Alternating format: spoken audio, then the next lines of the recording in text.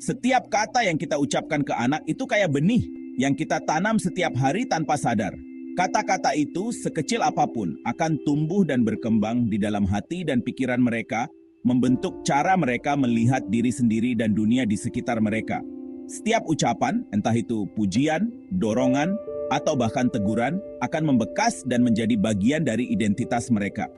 Pikiran dan hati anak-anak sangat mudah dibentuk, dan mereka menyerap semua yang kita sampaikan, baik secara langsung maupun tidak langsung. Suara kita itu jadi suara hati mereka, nuntun gimana mereka ngelihat diri sendiri dan dunia. Anak-anak belajar menilai diri mereka dari cara kita berbicara pada mereka.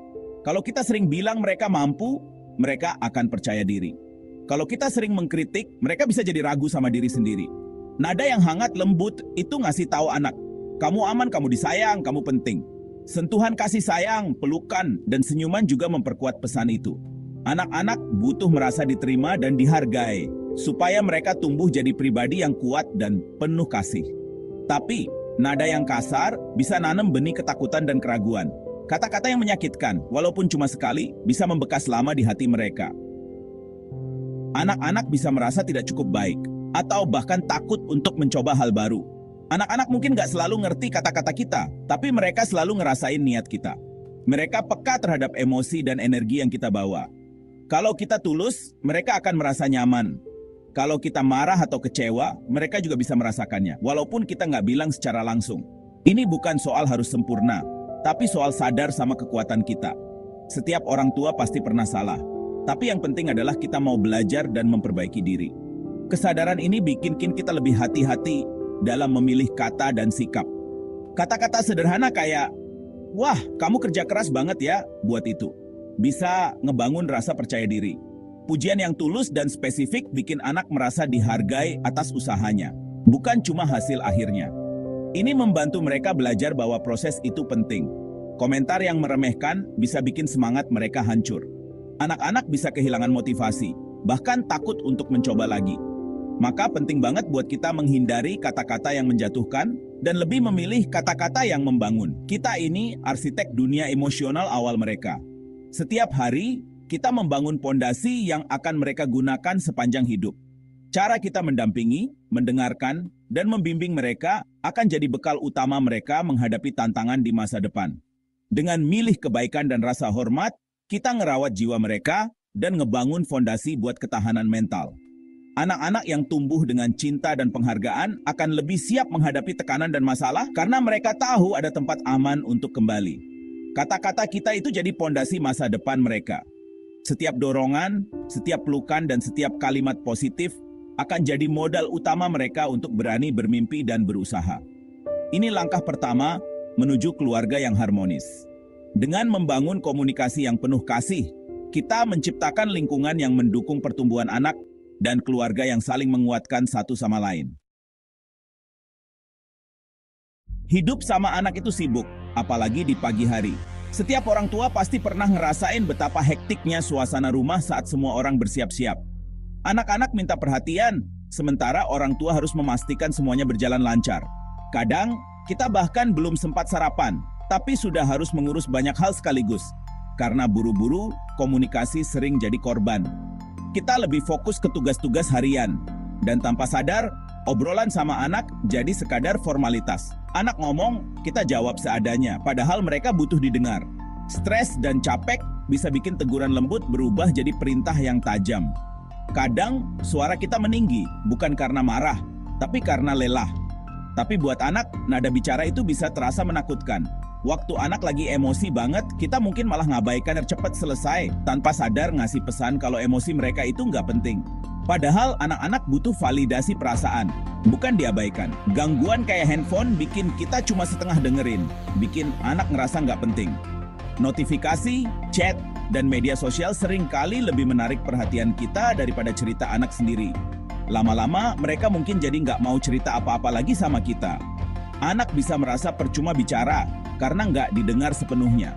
Sering ada jurang antara niat kita sama dampaknya. Kita pikir sudah melakukan yang terbaik, tapi anak menangkapnya berbeda. Niat kita mungkin mau ngajarin, tapi kata-kata kita bisa kedengeran kayak ancaman atau kritikan. Anak jadi merasa disalahkan bukan dibantu. Anak-anak ngerasa dikontrol, bukan dibimbing. Mereka jadi defensif, dan komunikasi makin sulit. Niat baik aja nggak cukup. Kita harus komunikasi biar anak-anak benar-benar ngerasain cinta dan dukungan kita. Anak perlu tahu bahwa mereka diterima, didengar, dan dihargai.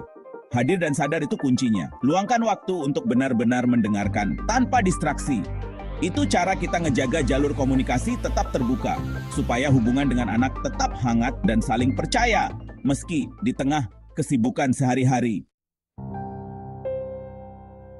Komunikasi negatif, marah, ancaman, kritik, ninggalin luka yang dalam. Anak-anak nyerap kata-kata kasar, ngerusak harga diri mereka, dan ngebentuk identitas mereka. Kepatuhan yang lahir dari rasa takut itu kepercayaan dan hubungan. Rumah yang penuh negativitas itu nyiptain jarak emosional dan kebingungan. Anak-anak bisa jadi nutup diri atau jadi agresif, ngulang pola ini sama orang lain. Jangka panjangnya, mereka bakal kesulitan dalam hubungan dan harga diri. Teriak-teriak dan bikin malu itu nggak cuma nyakitin saat itu aja, tapi ngajarin cara berhubungan sama dunia yang nggak sehat. Kita harus mutusin siklus ini demi anak-anak kita. Komunikasi positif itu ngebangun jembatan kepercayaan dan pengertian. Waktu kita bicara dengan hormat dan empati, anak-anak ngerasa dihargai dan ngembangin harga diri. Keterbukaan jadi subur. Anak-anak cerita masalah dan kemenangan mereka, tahu kalau mereka bakal didengerin. Hubungan ini ngelindungin mereka seiring mereka tumbuh. Rumah yang penuh obrolan positif itu lebih ringan, lebih kooperatif, dan menyenangkan. Frasa kayak, kita tim, ayo beres-beres bareng, ngajak kerjasama. Setiap kata baik itu menguatkan ikatan keluarga. Komunikasi positif itu investasi yang bertahan seumur hidup. Langkah pertama komunikasi positif itu dengerin dengan perhatian penuh. Singkirin gangguan dan kontak mata, kehadiranmu itu penting. Dengerin perasaan di balik kata-kata, bukan cuma kata-katanya aja. Validasi emosi mereka, kedengarannya itu bikin kamu kesel ya. Bicara pakai bahasa yang sesuai umur. Sederhana buat anak kecil, hormat buat remaja.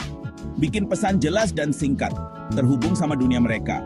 Tunjukin minat sama hobi mereka dan pakai contoh yang relevan. Hindari ceramah. Mending bikin pesanmu relevan sama pengalaman mereka. Waktu anak-anak ngerasa didengerin dan dimengerti, mereka bakal terbuka. Itu gimana koneksi sejati dimulai. Gunakan pujian dengan bijak, spesifik dan deskriptif. Daripada bilang bagus, bilang kamu pakai banyak banget warna cerah di gambarmu. Ini ngebantu anak-anak ngenalin kekuatan dan usaha mereka sendiri. Puji tindakan, bukan cuma sifat, buat ngebangun kepercayaan diri yang nyata. Koreksi dengan empati. Pisahin anak dari perilakunya. Aku ngerti kamu marah, tapi mukul itu nyakitin orang. Fokus ke solusi. Kamu bisa ngapain aja lain kali. Disiplin jadi momen belajar, bukan rasa malu. Empati itu ngejaga harga diri dan menguatkan ikatanmu. Setiap koreksi itu kesempatan buat ngajarin, bukan cuma ngehukum. Beri pilihan daripada perintah buat memberdayakan anakmu. Kamu mau baju merah atau baju biru? Itu ngubah pertengkaran jadi kerjasama. Cuma kasih pilihan yang kamu nyaman. Konsistensi dalam aturan dan komunikasi itu ngebangun kepercayaan dan rasa aman. Anak-anak berkembang waktu batasan jelas dan bisa ditebak. Kalau kamu salah, akui dan coba lagi. Kemajuan bukan kesempurnaan. Contohin perilaku yang kamu mau lihat. Anak-anak belajar paling banyak dari contoh. Tindakanmu ngajarin lebih dari kata-katamu. Komunikasi positif yang konsisten jadi kebiasaan baru keluarga. Jadilah contoh, anak-anakmu selalu ngeliat. Validasi perasaan anakmu, meskipun kamu nggak setuju sama perilakunya. Penting banget buat nunjukin ke anak kalau perasaan mereka itu dihargai. Walaupun kadang kamu nggak setuju sama apa yang mereka lakukan. Dengan begitu, anak merasa didengar dan diterima, bukan dihakimi. Misalnya, kamu bisa bilang, kamu seneng banget ya mau main sama temen. Emang nyebelin kalau rencana berubah. Dengan mengakui perasaan kecewa atau marah mereka, anak jadi tahu kalau emosi itu wajar dan boleh dirasakan. Ngasih nama emosi itu ngebantu anak ngerasa dilihat dan ngajarin literasi emosional. Anak jadi belajar mengenali dan mengungkapkan perasaannya sendiri, yang nantinya penting banget buat kehidupan sosial dan mental mereka. Validasi bisa nenangin momen tegang dan ngurangin perilaku buruk. Saat anak merasa dipahami, mereka lebih mudah tenang dan gak perlu melampiaskan emosi lewat perilaku negatif. Selain validasi, tetapkan batasan yang tegas tapi baik. Anak-anak butuh struktur biar ngerasa aman. Batasan yang jelas bikin anak tahu apa yang diharapkan dan membantu mereka belajar tanggung jawab. Sampaikan aturan dengan tenang. Misalnya, PR dulu baru main game. Cara penyampaian yang lembut bikin anak lebih mudah menerima aturan tanpa merasa tertekan. Tindak lanjuti dengan konsekuensi tanpa marah. Konsistensi dan ketenanganmu saat menegakkan aturan bikin anak belajar disiplin tanpa takut. Waktu kamu bikin kesalahan, minta maaf dengan tulus. Orang tua juga manusia dan kadang bisa salah. Mengakui kesalahan di depan anak justru menunjukkan kekuatan. Kamu bisa bilang, maaf ya tadi aku teriak, aku kesel, tapi itu nggak benar. Kalimat sederhana ini bisa bikin anak merasa dihargai dan diperlakukan adil. Minta maaf itu nunjukin kerendahan hati dan rasa hormat. Anak belajar bahwa nggak apa-apa mengakui kesalahan dan memperbaiki hubungan. Itu ngebenerin hubungan dan nunjukin kalau semua orang bisa berkembang. Anak jadi tahu bahwa hubungan yang sehat butuh komunikasi dan saling pengertian. Kesediaanmu buat ngaku salah itu ngajarin kekuatan sejati. Anak akan meniru sikap ini dan tumbuh jadi pribadi yang berani bertanggung jawab atas perasaan dan tindakannya sendiri. Komunikasi itu investasi buat masa depan anakmu dan warisan keluargamu. Setiap kata baik dan momen sabar itu ngebangun harga diri dan kepercayaan mereka.